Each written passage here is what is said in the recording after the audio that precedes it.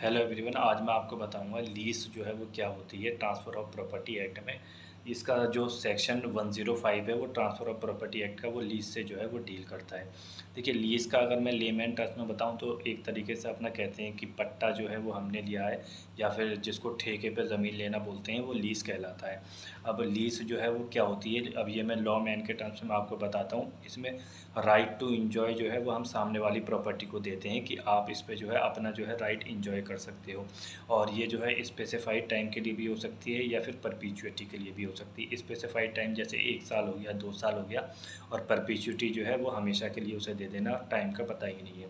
अब ये जो है कंसिडरेशन के साथ होना चाहिए, मतलब अगर आप अपनी प्रॉपर्टी दे रहे हैं तो सामने वाले से आप मनी ले रहे हैं, तब आपकी ये जो है लीज़ मानी जाएगी।